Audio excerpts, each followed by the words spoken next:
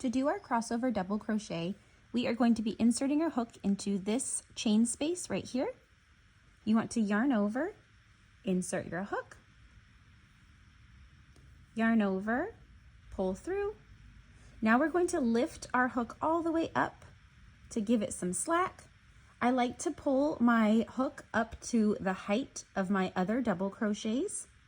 Then we're going to yarn over and pull through 2, yarn over and pull through 2 again. When you first finish this, it might look a little bit loose. That is okay. We want it to be loose. Now we're going to double crochet into the 3 stitches behind the crossover double crochet. So we're going to yarn over and insert our hook into these stitches here to complete this section.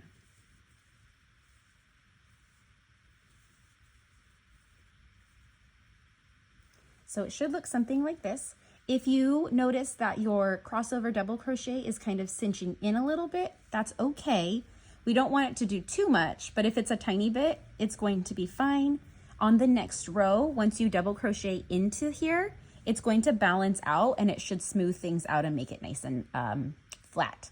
When doing your crossover double crochet back into the chain space that has the other crossover double crochet, we are going to be inserting our hook into this area here.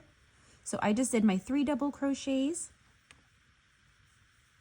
Now we are going to insert our hook into this chain space here. So we're going to yarn over and insert our hook like this.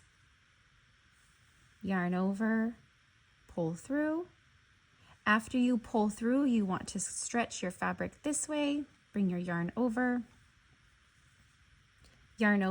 pull through 2, yarn over, pull through 2. And then once you do your next 3 double crochets, you're going to see how nice that crossover double crochet is going to look.